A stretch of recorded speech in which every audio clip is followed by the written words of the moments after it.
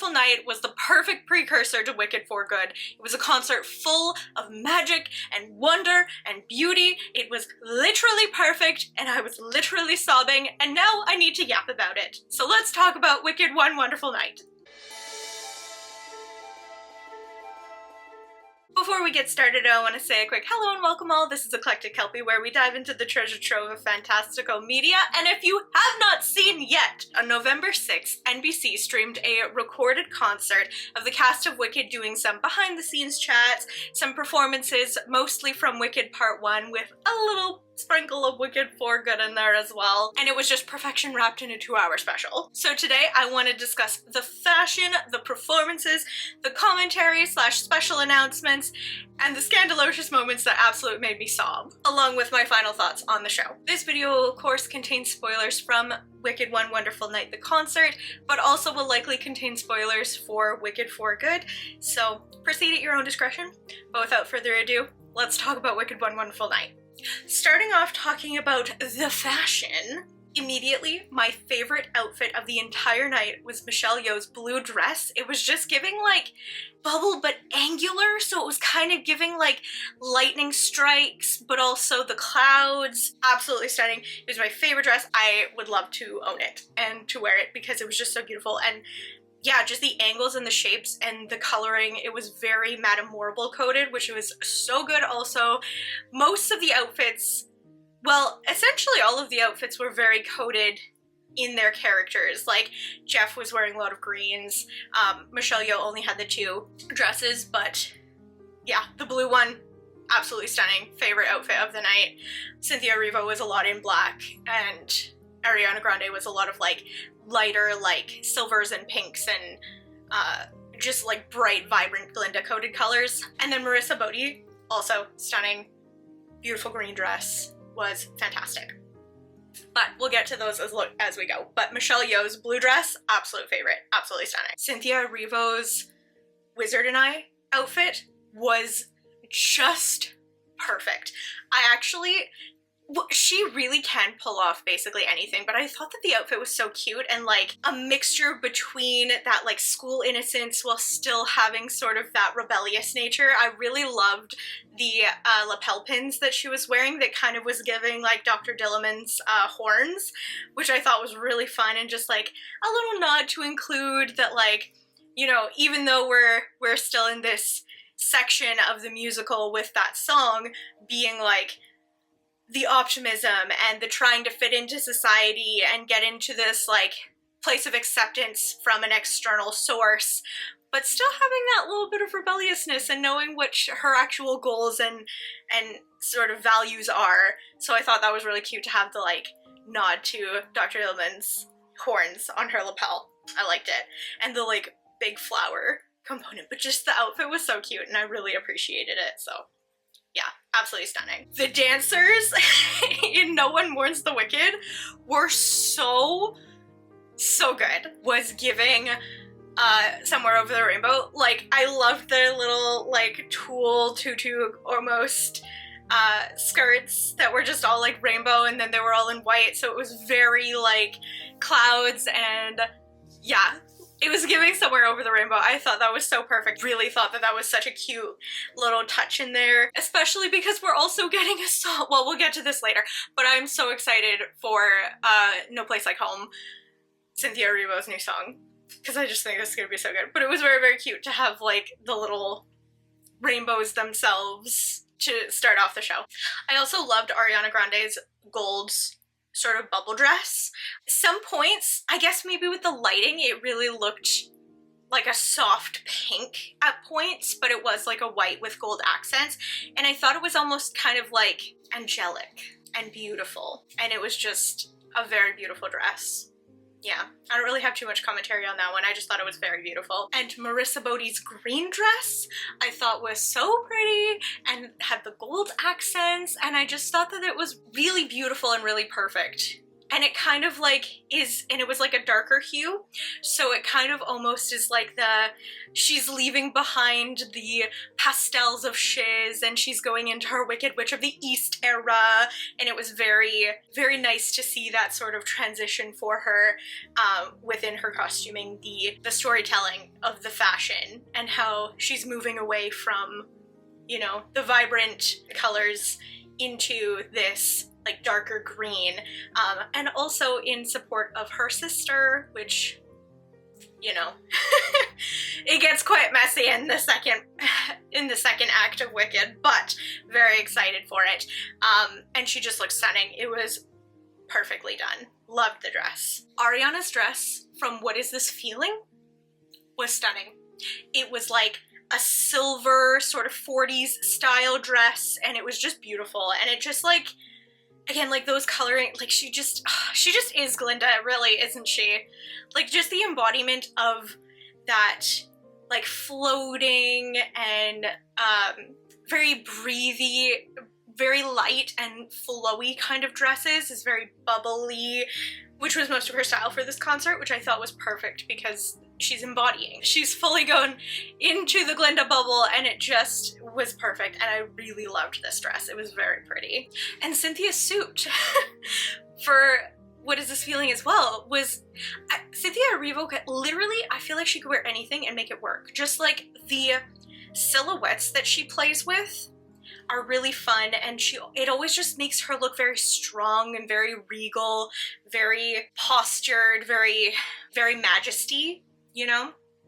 Yeah, I really liked it. I just think that she just holds a presence, and so everything that she wears also has like a presence and a confidence, and just it's a beauty, and I think that she just looked fantastic, and that suit was beautiful. Also, Cynthia's dress when she's talking about her audition in the interviews, she looks fantastic.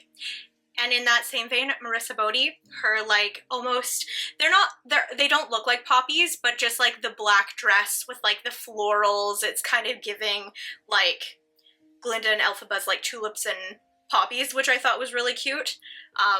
Yeah, I like the black and floral was very nice to see. I thought that it like went with the vibe, and yeah, and it also makes sense because obviously Nessa Rose is Munchkinland. The Munchkinland thing is the tulips.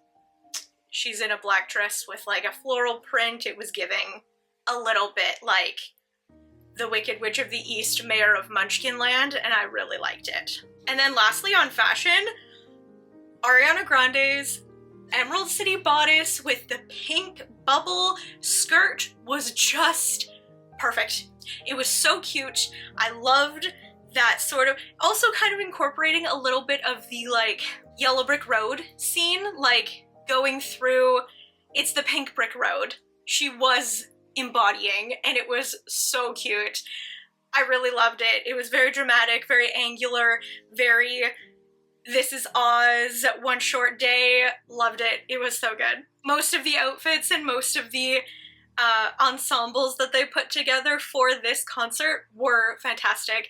Also, I don't really have a lot to say for the lads, Jeff and Bowen and Ethan Slater. Bowen Yang's suit, though, that he wore during the concert was also very, very nice. Very stylish. Loved the bedazzles. But moving along to the performances, the arguably most important of the topics is the performances, because they were just so perfect. Even before the performances started to happen, when they were doing sort of the intro, the like following behind the stage, going into the actual concert itself, when that one guy was walking down with the conductor's wand and it was changing color, like kind of reminiscent of the scene in Wicked where the wizard is talking with Elphaba and Glinda and being like, I don't know what color to paint the road, and it sort of goes through the colors. I thought that was really cool and really cute, and just like a cute little nod to, oh, we're following the road into Oz as we're following the person delivering the conductor wand to the conductor and then beginning the show and starting off with No One Mourns the Wicked. I just thought that was really fantastic and just a fun moment to include, to focus on that and just have that little kind of Easter egg. I really appreciated it. Ariana Grande coming down in the actual Glinda bubble from the Broadway performances was the best thing ever. And I can imagine that that was probably the best moment of her life also, getting to come down in the Glinda bubble. I think I would just perish. It's stunning, fantastic. Such a beautiful, fun thing to do. It was just great. I loved it. I love the bubble. And also I thought it was so cute that they did the audience participation. They had the audience do the like tulip dance. It was all very like silly but fun and coordinated. It just was nice to see that they got everybody to kind of be a part of it, because it is, well, No One Mourns the Wicked is a celebration of the death of the Wicked Witch of the West. Death of the Wicked Witch of the West. But more so than anything else, I think that it is a celebration of Oz and a celebration of being there together and feeling victory and just community. And I thought it was just really cool that, yeah, they all got to participate, and that would have been so cool to be there. But yeah, it was just super fun that they like had the audience do the little tulip dance too. And also, speaking of the dances, I really also enjoyed that they included, I don't know, like, I'm not a dancer, but I really loved, like, whatever it was with, like, the stomp style dancing, that they had in the movie, and then also on stage, where they were doing sort of the, no one more, you know, that kind of thing. Obviously, I'll have, like, a video example that will be better descriptive than whatever I just did. But yeah, I thought that that was just so fun, and so, like, I love that they were pulling and transferring what they were doing from the movie onto stage, and yeah, just bringing the magic to life in front of an audience, which is so different than doing it from behind a camera. So it was really, I thought that was really special and looked really fun. The Wizard and I is one of my favorite songs. I just love the innocence about it, the longing for acceptance, the beauty of Elphaba kind of finally getting this like taste of, you know, this is a potential for me to be able to belong here. This is some hope that I have never been able to experience before because people have just been awful. And then, of course, her bubble gets bopped, and then defying gravity, and then she's, like, coming from her own power. But it's just so... I think this is also why I like Thank Goodness, which we'll talk about in a little bit. But it's just so, like, the innocence of dreaming and wanting better for your life. And it's just such a beautiful song. So I loved Cynthia Erivo singing Wizard and I. The choreography was a little bit weird though. Again, I don't really know anything about dancing. I'm not a dancer. That's not my purview, but it was just very weird. It was a lot of like head dancing and like hand dancing, although I did like that Cynthia Erivo, when she was like, of course that's not important to me, she did her little finger wave from as well as what she did in the movie. So I thought that was really cute. But yeah, it was weird. It was a lot of flourishing hands and like head dancing. So it was kind of, yeah, it was odd. Yeah, I don't really know. I don't really know. But it was just very odd choreography. But nevertheless, it was a stunning performance, and I loved it so much, and it was just fantastic. And within that, Jeff Goldblum doing the accompaniment on the piano with Cynthia Erivo, it was just so good, and it was so cute because he was mouthing the words with her. It was so fun. I love Jeff Goldblum because he is just the most unapologetically himself that ever existed, and he's just so unique within This Is Who I Am, and it just is so, it's so good. But it was so cute because as she was singing and he was playing the piano, he was kind of like, you know, and mouthing the words. It was really fun. I enjoyed. Loved the atmosphere of What Is This Feeling. Loved that they really focused on the dance because that was such an iconic, everybody wanted to do it, the like book dance, you know, the book dance, you know. So it was just really fun. They were really like spotlighting it and highlighting it, and even acknowledged like everybody, like we saw the TikToks, everybody loved it. Like this was such a good phenomenon. It was great. Thank you for enjoying it so much. But yeah, they like really spotlighted that this song was just really fun and people were super into it, and it was just such high energy performance. It was really, really well done. I loved Bowen Yang, Ethan Slater, and Marissa Bodie doing Dancing Through Life. That was so fun. I loved that they got to like take some of the spotlight because it was essentially just Cynthia Erivo and Ariana Grande performing for the most part. So, because, well, I'm not too sure about Fanny in terms of like Fanny's character, but of course like Nessa Rose, the Wicked Witch of the East, Bach the Tin Man, like they get their stories really amplified and their arcs really happen in Act 2, so for good. So they don't have songs yet really, I guess, that could have been performed. So I thought that was really fun, just like having them be included and incorporating them into the show in such a like fun and engaging way, and they all looked so cute. Honestly, Bowen Yang, freaking 8. Like, fantastic singer, loved the stage presence, loved, like, he was just so fun, and I want to hear him sing more. I really hope that he gets more inclusion in Act 2, because seriously, he's really good. Ethan Slater's Broadway persona came out with all of his like flips, and like it was really fun because obviously he played SpongeBob on Broadway, and it was just really cool to see that side of the spectrum for him because yeah, it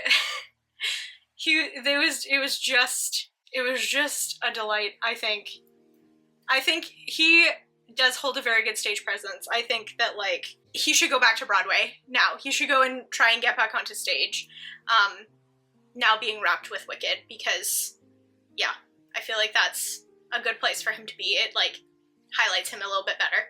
But I think a little bit of a disservice. I really wish that they had have given Marissa Bodie her own section of the song to sing and really like highlight and spotlight her to go out and like do a independent chorus. Because yeah, it was a little bit disappointing.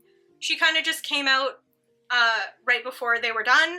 She did the last section as an ensemble with the two lads, and that was it. So yeah, I feel like, man, give her more opportunities to shine. Like, yeah, it was a little bit disappointing to see that she was just relegated to like the last section and she didn't get her own time. Next time, they should let her have her own section. Although she will have her own song in Act 2, so it'll be better. And finally, Ariana doing more of a sort of ballad version of Thank Goodness was just stunning. Like I said about how For the Wizard and I is more of like the innocent, introspective, you know, the wanting to be accepted, and it's very externalized.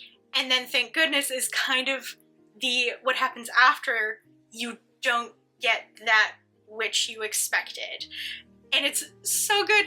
And usually Thank Goodness is done at a bit of a more upbeat note, whereas this particular performance of it was very almost somber and very inside, introspective, and not quiet in terms of volume, but quiet in terms of emotionality. And the emotionality was just perfect. It was just perfect, and it was so beautiful, and it was so well done. It really emphasized the mentality that Glinda is at when she's singing that, rather than doing it in the subtext way of still keeping it upbeat, but then keeping it positive and keeping it upbeat, but having it inside her head that like, this is not really what I thought I was getting when I wished for, you know, this like husband and popularity and, you know, admiration and love coming from an external source, and coming also from not a place of proper reciprocal love, but from a place of absorbing the adoration. So it was really beautiful to see it sung so calmly and thoughtfully, and I really liked it because that was what the subtext was. And so we get to see it without the grandeur of trying to appease the grander audience. Yeah, it was really beautiful. I really loved it. I cannot wait to see For Good and get to see how they do it in the actual movie versus how they did it on stage, with it being that sort of quieter version rather than the more like upbeat growl version that Kristen Chenoweth does, at least in the Spotify recording. So yes, absolutely beautiful. Thank goodness. It was so good. Now just some like fun observations on like the commentary and announcements. Jeff's head, the bit about Jeff carrying around his head was so absurd, but I love that they committed to it. It was just so silly. This is why I'm saying that I think that Jeff is just so fantastically and authentically himself. I really thought that was just such a fun little like thing. It's obviously not being genuine. He doesn't actually carry it around. Well, maybe he does. Who could say?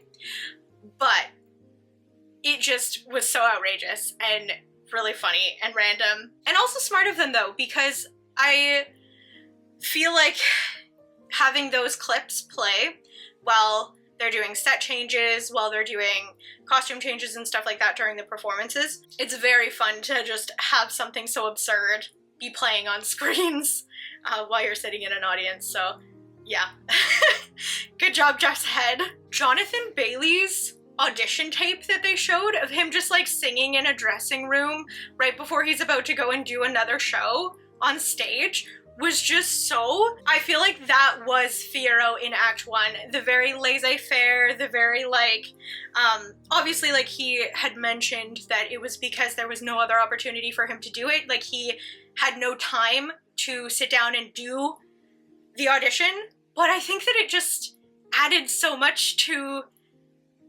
him embodying that character of like, oh, I'm not gonna care too much, like, life's more painless for the brainless, like, why think too hard when it's so soothing, you know? Like, very in that mentality and in that presentation, which I just thought was perfect. So even though it was because there was no time for him to do it properly, or do it, well, not properly, but do it in a more, like, professional environment, you know, the blue screen at the back and, like, with a reader, whatever, you know. But yeah, I thought that was really fun, and it was just a little like cute, quirky thing that they included, and yeah, I mean, it worked, and he did a fantastic job, and I think that he is the perfect Fiyero. Again, with the audience participation part of like pulling up all the TikToks and showing and like acknowledging and showing appreciation for people who are receiving this story and how it's timeless and precious, and it will always constantly be about the people not allowing themselves to be oppressed or shoved to the side, and to show up authentically and fight for what you believe in and really stand up when adversity is being thrown at you. And it was just really beautiful to see all of these people on these TikToks really emphasizing how important this story is and how it will always, forevermore in human history, be important because we live in a society. But it was, yeah, it's just very precious that the appreciation for the people receiving this story was being highlighted.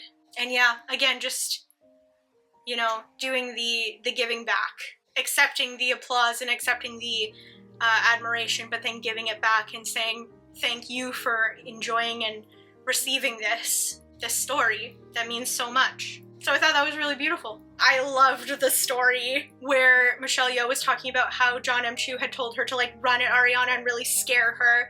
And then she scared her so much that her contact popped out when she like plopped down on a chair.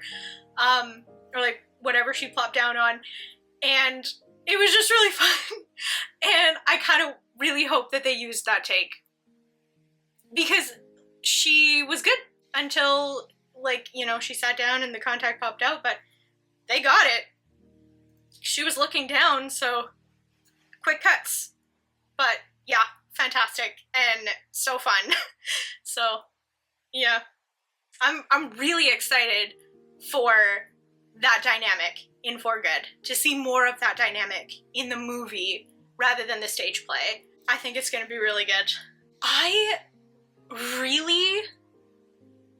hope that this is internalized by the right people, because I loved Bo and Yang talking about the dangers of cruelty and how there's no point to it, and it's just creating an unpleasant environment for everyone. And I just thought that that was really nice to see, like, how him being just a bully when portraying Fanny was what sparked this sort of thought processing of, that didn't feel good to be cruel. And he was apologizing to Cynthia after takes because he felt bad. And I think that's important. We should feel bad. Don't be cruel. Yeah. Be a good person. And I liked that. I liked that that was reinforced within this story of, you know, obviously Fanny being a bully, but in the grander scheme of it, there's so much cruelty within Oz, and we see it, and we reject it, and now we have to use the art to be implemented into real life.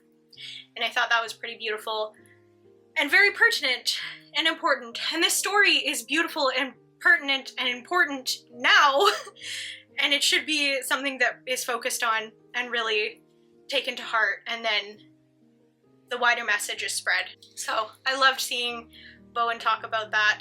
The announcement of the 2 new songs, Girl in the Bubble and No Place Like Home, and the little snippets that we got to see, I feel like I'm going to love No Place Like Home. I feel like it's very much Alfie's Thank Goodness, the song that would equate to Glinda's moment of thank goodness, and I feel like Girl in the Bubble is going to equate to Elphaba's Defying Gravity in the sense of the development of their characters. So Thank Goodness for Glinda is understanding what happens after what you thought you wanted was going to happen, and now you have to deal with the consequences of your choices.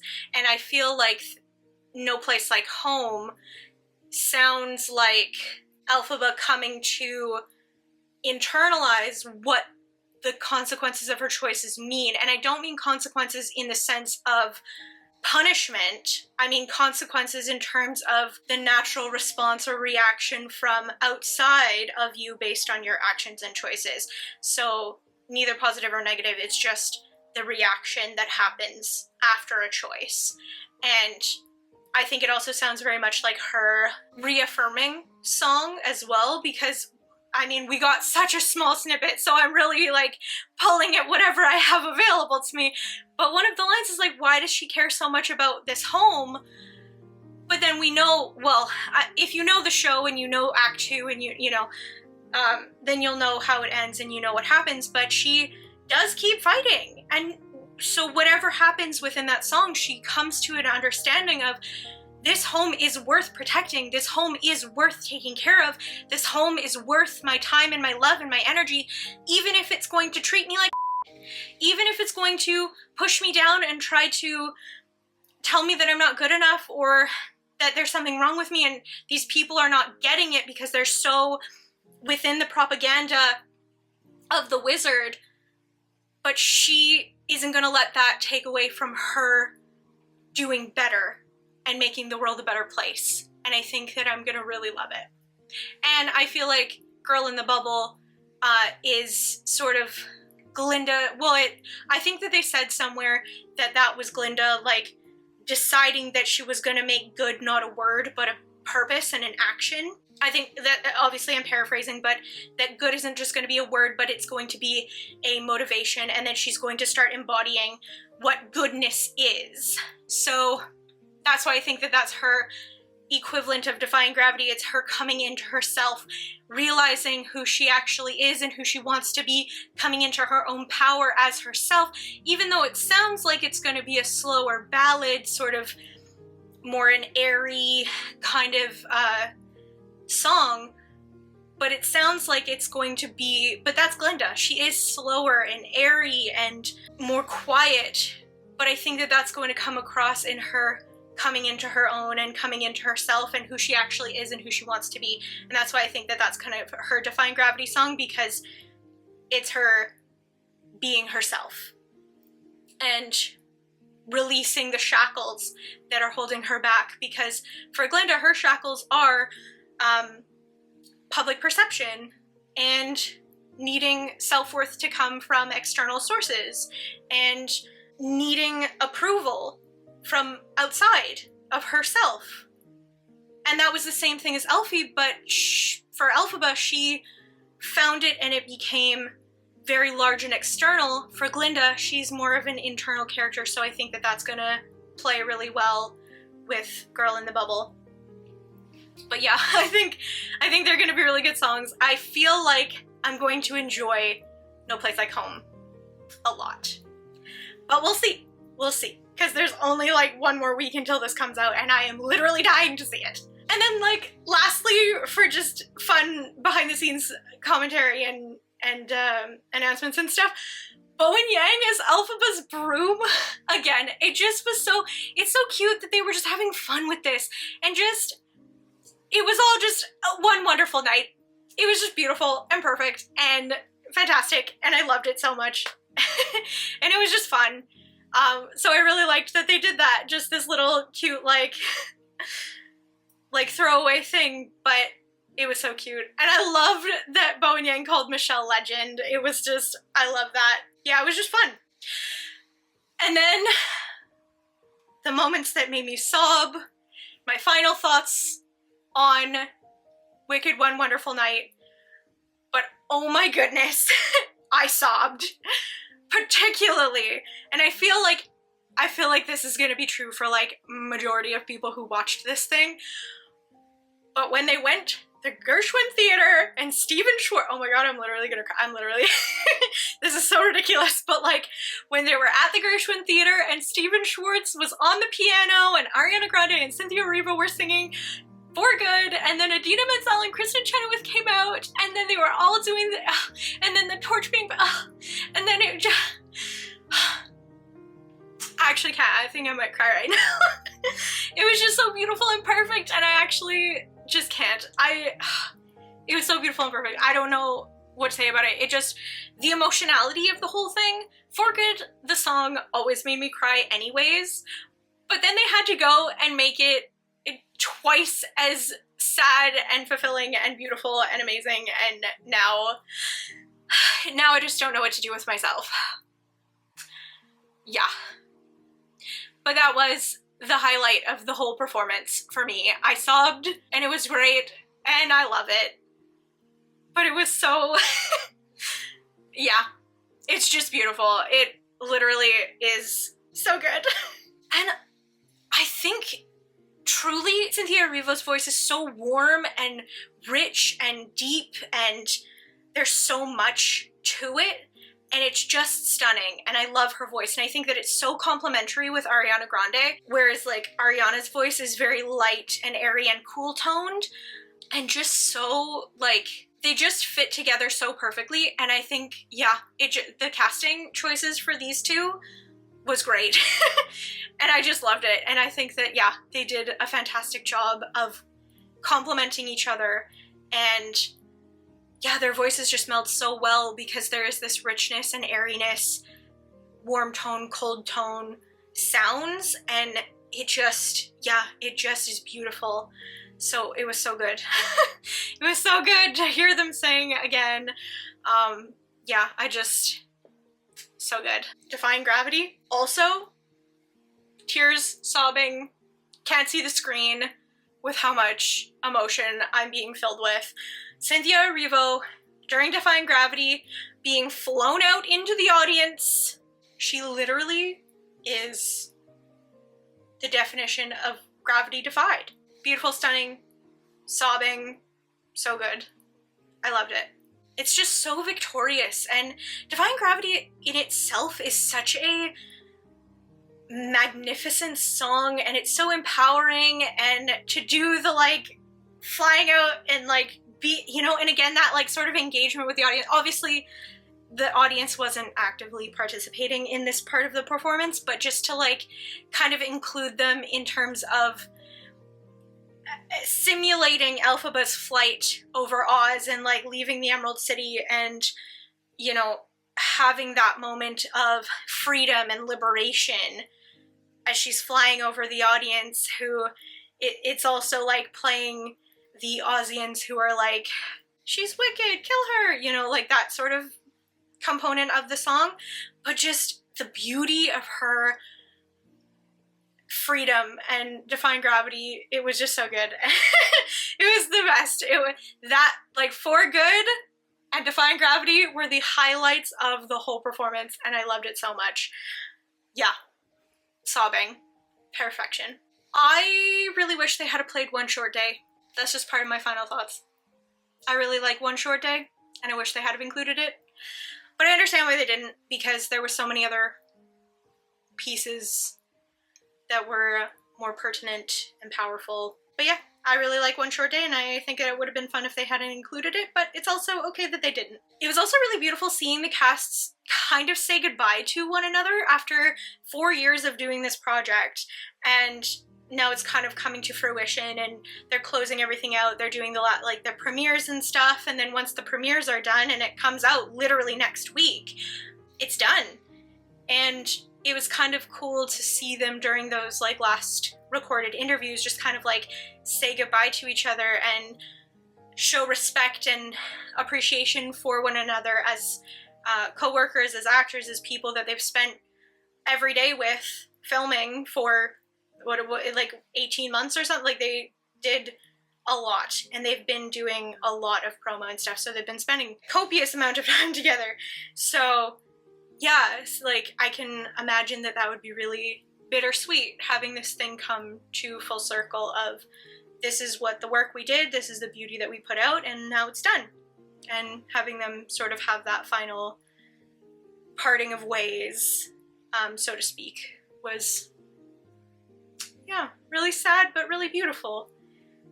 And it was nice to see. It was just nice to see them interact in a more casual and personal way, not just working, not just the product that we see on screen. So yeah, that was really nice. And my final thought of this concert, of this recorded concert, was this was literally one wonderful night. It was literally the perfect staging. It was a delight to watch. It was the perfect way to get people excited for good. And yeah, it was just a wonderful experience getting to watch. And yeah, man, I love Wicked. As so many do. But yeah, it was really special, and it was a wonderful night, and I'm really excited to see the movie and yeah, get to enjoy it because they call it wonderful. I'm also really excited to see Ariana or Glinda do some of Wonderful with like the wizard, because like, yeah, obviously that's gonna be way easier to persuade Elphaba with her bestie. But yeah, no, it was just spectacular. And that's our yap about One Wonderful Night. If you enjoyed this episode, consider giving a like and subscribing to continue joining us on all of our adventures. If you're also excited for Wicked for Good, let me know in the comments what your most anticipated moment is, what you're really excited to see. I'm really excited to see how they do everything. I'm just really excited to see it. I'm excited to see all of the additions that they're doing from Act 2, because I was very fortunate I got to see Wicked on Broadway, and it was just stunning. And the first movie really follows Act 1 quite beat for beat, but there seems to be so much more happening in For Good, so I'm really excited to see their additions and what they've sort of, how they've altered it to amplify the story, because they have so much time to do it, so I'm really excited. So let me know in the comments what you're really excited for. But with that, thank you all so much for watching. Everything with love, and we'll see you next time in the Treasure Trove. Bye!